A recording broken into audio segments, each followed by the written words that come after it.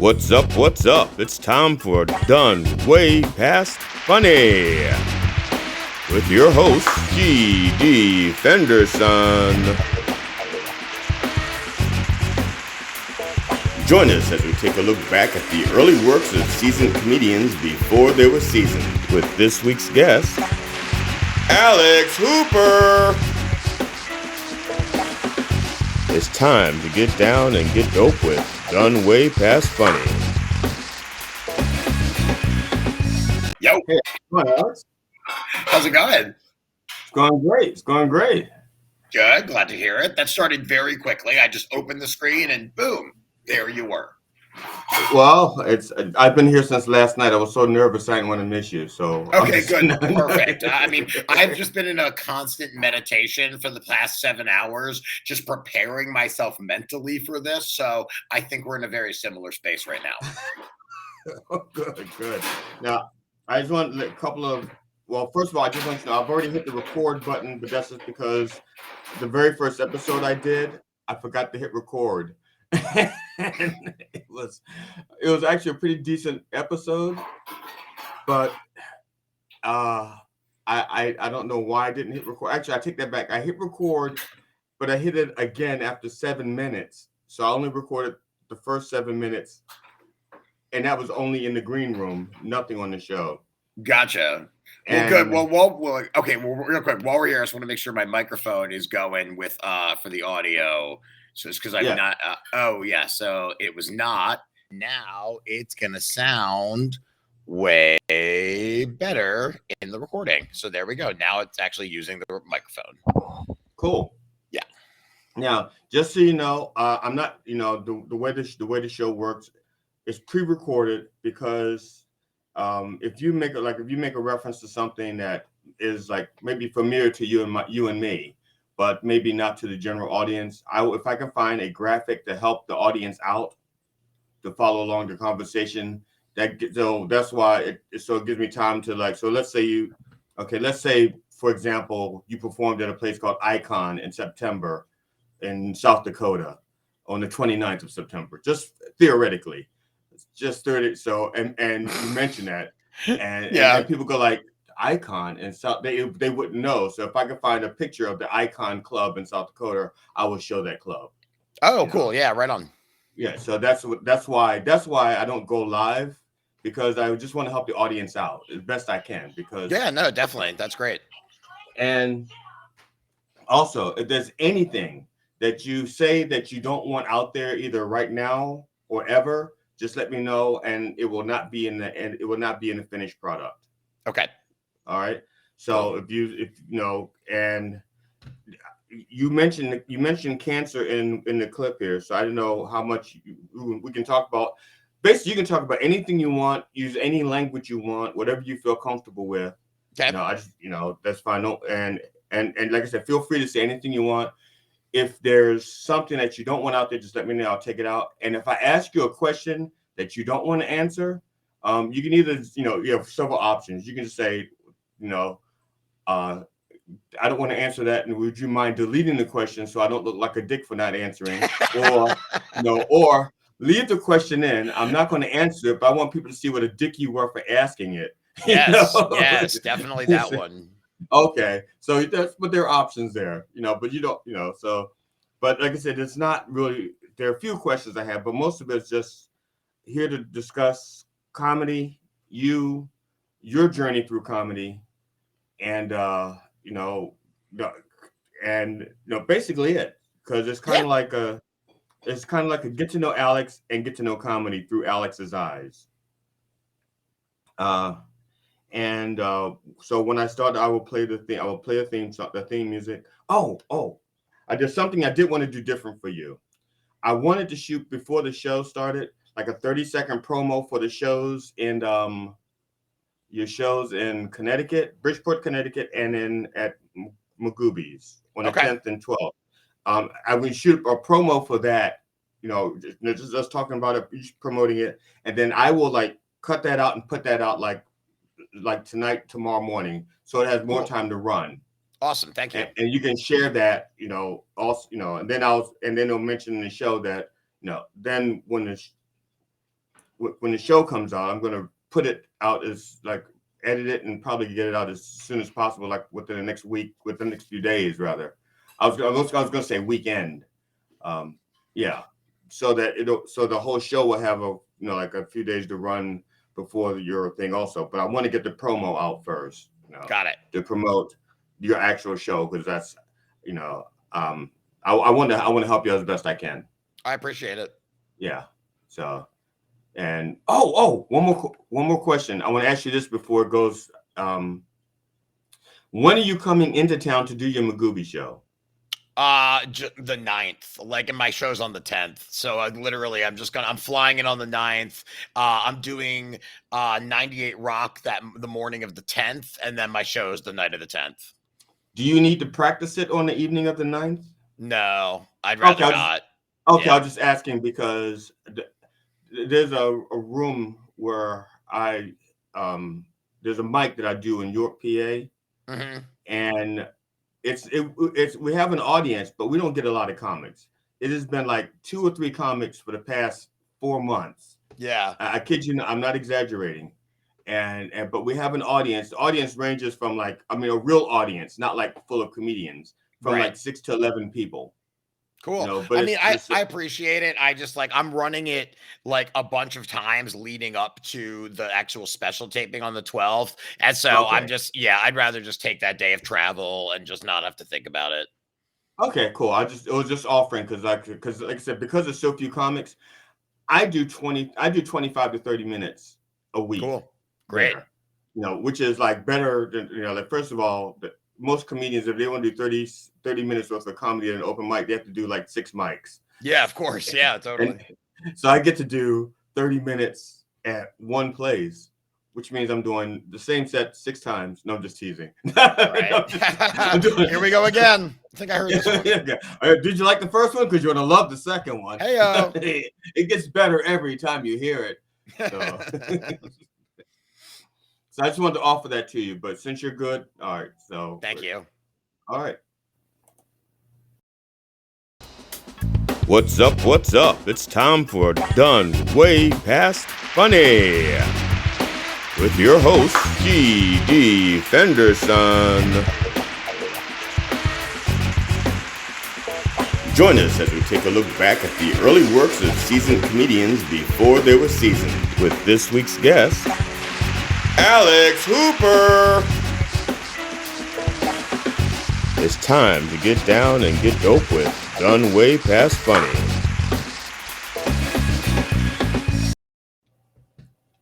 Hi, welcome to Done Way Past Funny, where we look at the work of seasoned comedians from before they were seasoned.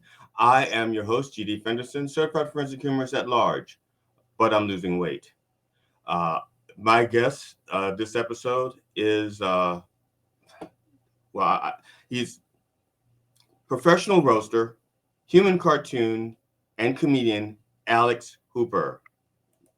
Yeah. Hi, thanks for having me. Hey, thank you for doing this for me and with me before me. It's good. First of all, it's good to see you again. I haven't seen you. Actually, have not seen you in person for probably 6 or 7 years. Yeah, it's been a really long time. I mean, I only get to come back to Baltimore every so often, and I don't always perform when I come back because I grew up there. So sometimes it's just a family trip, and I'm just in that mode. So it is, great to connect with you virtually. Hopefully it happens physically soon enough too, because honestly, I'm craving me some GD Fenderson. Oh, you should be the president of my fan club. Well, first I need to have the fan club, and then I think we just started it, so now I am. So I already have a vice president ready to go. My pugs are right here. They're stepping up. Here we go. This is good. Now, so I said I wanted to do something, and I forgot to do it already. All right. First of all, let's nip this in the bud. You have a show coming up at Magooby's. Or actually, before I want to ask you this real quick. When you come back into town, who are happier to see you, your family or your comedian friends? My family for sure, because I didn't start comedy in Baltimore. So I started in Los Angeles. And so I was never a part of the Baltimore scene. I've come back and done shows a bunch of times. So I've met many Baltimore comedians, but I'm not in tune with like the comics there at all. So that explains it. That explains why you're still friends with me. Because the Baltimore comedians hate me. Yeah, when they and every one of them told me, they're like, do not associate with that man. Don't do it, Alex. You're putting yourself in a bad place. And I said, look, I see the good in people. I feel energy, and I'm getting a very open, warm embrace from this person. So that explains. I know. I was literally. I said to myself, he still likes me. I still like Alex. I don't understand what's going on. So now I understand. You're okay. This is beautiful. I didn't realize I was dealing with a pariah. So this is yeah, it's an accident. I think it's a pariah that Craig Gass helped create. Oh snap! Okay. I'll tell you. This is just little back. When we did the show at the Baltimore Soundstage. Baltimore Soundstage. I was having, I think I started headlining by accident. I was, I'd only been doing comedy. I started doing comedy in 2014, September 2014. Okay. When I started doing comedy. So I hadn't been doing it long when we met, maybe a year or two. I don't know. I can't remember when we met, but yeah, that was it was probably around 2017-ish. Okay. Yeah. Yes. So I recorded my first DVD in 20 right after the election of Trump, whenever that was. So November of 2017 is when I recorded my DVD. So, but up until then, I was just doing feature work, in the area, and then I was doing feature work at a club, and the headliner didn't show up. And the host freaked out and goes, okay, I need somebody who can do 30 minutes. Well, I've been working on a 90-minute special, so I had 30 minutes. So I said, okay, I'll do it. And it went great. It was the first time I headlined. It went, as a real headliner, not like the open mic headliner. You're going up last, you get 2 minutes less than everybody else. Because when I said to my wife, honey, I'm going to headline tonight, and she went like this. She went, oh. I said, no. Yeah, no. I won't make dinner. I said, no. I mean, a real headliner. I'm doing 30 minutes. And she goes, do you have 30 minutes? I said, are you kidding? Do you know you've been talking to? I said, yes, I have 30 minutes. I'm ready to go. And I have it recorded. So when I say I killed, I can actually show. I don't like that term killed. It was a very, very good show, especially for my first time headlining, and I wasn't even supposed to headline. Even if you take away all those discounts, it was a really good show. I love that. I mean, comedy's all about stepping up in the moment and just telling yourself that you can do it, trusting yourself, and that's what that moment's all about. Well, that's what happened. And in the Baltimore area, I stepped over people. I didn't do my time I didn't do my 2 years as a host, my 4 years as a groupie, and my 3 years as a bus server. And so it became those politics in local scenes can get a little aggressive at times, and honestly, they're just not necessary. Yeah, and so from that point on, I couldn't get feature work on local shows, and it wasn't like I changed. I didn't change. I was just excited that I headlined, and I was like, I want some more of this. I want another headlining gig. It's like, no. Keep your place. No, it's like, no, I can do this. I can headline. I rocked. And so that's in that same club, I headlined 4-5 times. And it was, in each show was really, really, really good. And like I said, and then I became like,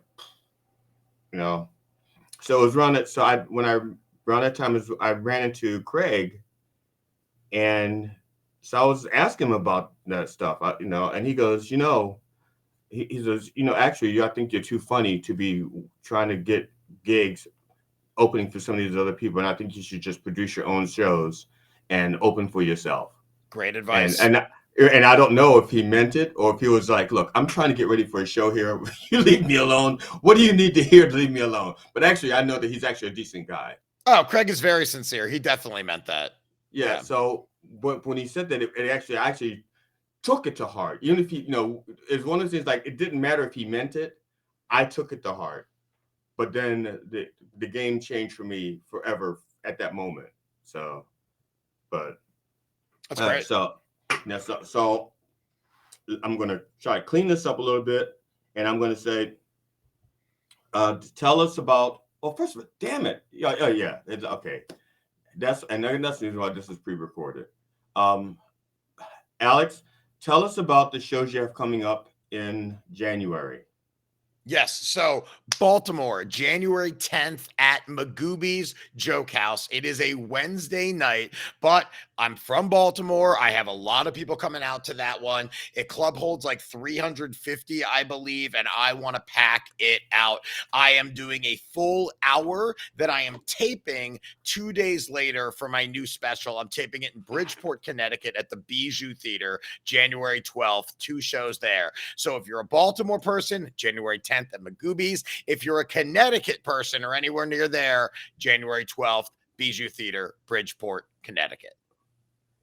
All right, now how can they get tickets? Is there like can they get tickets through your website? Yep, hoopercomedy.com. I have all the tickets listed available.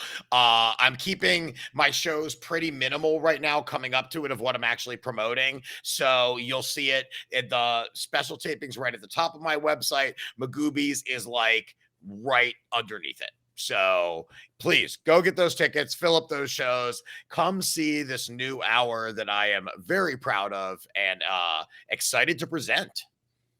That's cool. That's good. And I'm so glad that I'm going to be there. I'm going to be there. So hopefully we'll get to connect in the flesh if you're not like being bombarded with too many fans and friends. I won't want to try to because I'm not like your bestie friend. So I'm not going to try to elbow myself to the front and go like, do you know who I am? That's the move for sure. Yeah. No, that's the move. I mean, pull a heist operation, sneak in through the back with 6 other people, just throw me in a van, and we'll do another episode of Done Way Past Funny. Very well done this time, because you just hold a fire to my face. So yeah, I'm excited for those shows. It's gonna be really great, and come out. Now, how can people follow you on? Okay, now for the people who don't know who Alex Hooper is, people who aren't fortunate like myself, tell them a little bit about yourself, like how long you've been doing comedy, and how they can stalk you on social media. Yeah, I mean, the stalking on social media is super easy. I'm at Hooper Hair Puff on pretty much all platforms. So Hooper Hair Puff. And then I've been doing comedy almost 15 years. Wow. I hit 15 years in 2024. So I'm no spring chicken. I started in Los Angeles. I started hitting it hard immediately. I've toured all over the country and the world. I've been on 4 different continents telling jokes and about 30 different states, headline clubs all over the country. And I've been on some TV shows. Most people know me from America's Got Talent, where I roasted all the judges while wearing a very silly, pompous outfit. And I've been on Roast Battle on Comedy Central, a bunch of sitcoms. I do it, man. I'm out everywhere. I have my own book, Roast Yourself to Happiness. It's a self-help book where I teach you how to write roast jokes about yourself. I'm just reaching up so I can roast yourself to happiness. So it's a 28-day workbook, everybody. So I just do whatever my heart tells me to do. I try not to do what other people are doing because I think that's boring. And I try to be, as much as comedy takes like work, I try to be an artist in this. And if I have a silly idea, I just run with it. Now, I have 2 clips here. I'm not going to show them back to back, but in the second one, you mentioned that you received that you got PET scan and you're clean of cancer. Does that mean cured or remission or? What? Wait, what happened here? Yeah, no, I as of now, there's no cancer in me. I'm in remission, essentially. I have to go so last year I got diagnosed with stage 3 Hodgkin's lymphoma. It was, pretty obviously very traumatic. I was 37 years old, didn't expect to get cancer out of nowhere, had to immediately go into chemotherapy, and my whole world kind of fell apart for a little while, but blasted my way through it and just kept a positive mentality the entire time. A lot of the show that I'm doing now, about a third of it is me doing cancer material and just trying to alleviate the anxiety and the fear that comes with a diagnosis such as this. And as of now, I am a healthy motherfucker, dude. Now, you mentioned that you weren't expecting to get cancer out of nowhere. Where were you expecting to get it? I stick my head in the microwave every night for about 45 minutes. I typically drink a gallon of paint with dinner. There's a lot of places where I thought I was going to get it, but not stage 3 Hodgkin's lymphoma. I was thinking skin cancer. I have pretty bad skin. I have my whole life. I was thinking that's what's going to do it for sure.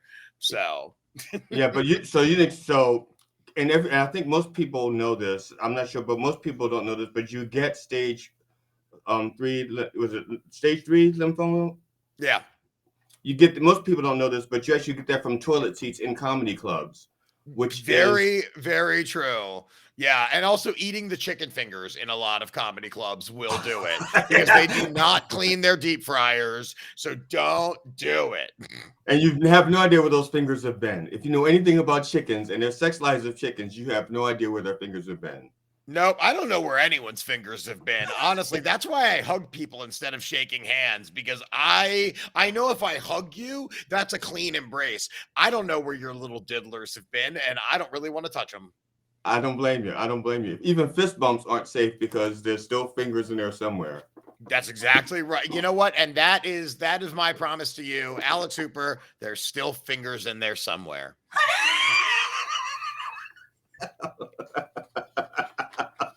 That's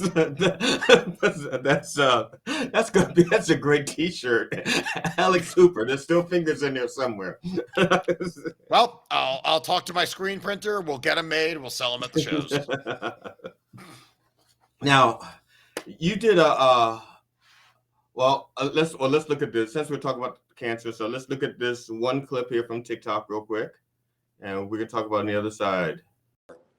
That 1 month ago I had a PET scan, and as for now, there is no more cancer. There's plenty of other shit wrong with me, but cancer is not one of them. But here comes the fun part, everybody. My medical bills just started arriving. And I'm gonna tell you 2 real bills I opened back to back. The first one, $242,000. The second one, $116,000. And I opened those, looked at them, and just went, that's not real money. You might as well have told me that I owe 6 unicorn horns and 3 narwhals, because clearly we are frolicking through the rainbow forest of imagination land.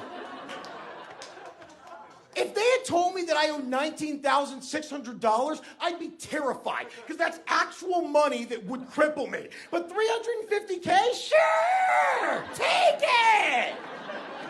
In fact, walk outside of your office right now. I'm flying around on a magic carpet, dropping sacks of gold all over the city. maybe one of them will hit you. Now, I have questions, but it's mainly because as a fellow comedian walking the comedian path, first of all, I noticed there that your hair is much shorter there, but you are pretty much known for your hair. I mean, it's even in like the hair poof. I mean, so Yep. was there like an adjustment? Because let's put it this way, when your hair was, I'm sorry, I'm speaking from experience. Because you do act outs, and sometimes you do your head, and your hair is part of the routine. Your hair is part of the conversation, and moving your hair is part of the punchline. When you don't have your hair to do that, did it in any way change the way you thought of a joke, or you performed it, or did you still do it as if you had the hair? I mean, I miss my hair sometimes. Like, it took me a long time to stop, like, going, like kind of trying to run my fingers through it and stuff like that. And, like, a lot of times, like, on stage, I would, like, play with it. I would, like, punctuate, like, with it. I didn't really change my style at all because I enjoy just, like, making silly faces. And honestly, if anything, it just kind of, like, made me... I don't know. It's not something I can rely on anymore. I'm just like, oh, this guy is a real weirdo. Look at him, like, up there. And so I have a lot more of a commonplace look at this point. And I don't know. Yeah. I don't know. I've never played in this space. Like, for 15 years, I've had long hair. So it was down to my shoulders and, like, just, like, out and wild. So now I'm seeing what this look does for me. You know, it's never bad to change things up. It's never bad to try something new. And obviously, I don't think I would have if cancer hadn't happened. I was forced into this. But yeah, I mean, you know, I'm trying to keep it kind of just like a little more kept at this point. I might grow it out again at some point, but my wife really likes it like this now. She's like, oh, you could have looked like this the whole time. Oh. Okay. Good to know. Right. Yeah. Now, the cancer must have been exhausting for you. So when did it start taking a toll on your performance? And how long did it take for you to get it back, get your mojo back? Because if you don't mind, when I saw you, the first time I saw you, I think you did like 20 minutes and you were so hyper and you were so energetic. And I thought to myself, my God, I could never do that. And first of all, I could do one or the other. I could be funny or I could move that much. I could not do what you were doing. You were moving that much and had your material down. And to me, it was like, it's you. That's who you are. Okay. So it's not like you were putting on a character who was that hyper and no, that you were playing you. But to watch you do that for like 20, 25 minutes straight was just mind-blowing in a way, you know. And I'm not easily impressed by comedians. I'm impressed by things I can't do. Sure. So that's a good way to say it. Yeah. I mean, I'll say this. I had to learn because when I first started doing comedy, I was so loud all the time and moving so much that I exhausted myself. And when I became a headliner, I had to learn how to be a lot more dynamic. So now I have moments where I explode like that one, but then I have moments where I'm very quiet and I'm kind of like tiptoeing my way through the audience. And you need to have these levels so that it's not just in your face the entire time. And I think when I first began, at least for the first few years, I was really trying to overpower the audience and command their attention. And I thought the best way to do that was just by being extremely loud and by moving a lot. I quickly learned that you can draw the same amount of power by being quieter and then really bringing them towards you. And then when you do explode, they're not expecting it. So it's a lot more fun. Hi, I'm GD Fenderson, certified forensic humorist and host of Don't Way Past Funny. You have just watched part 1 of our interview with professional roaster, human cartoon, and comedian Alex Hooper. Come back to join us as we continue our interview with Alex Hooper. Thank you.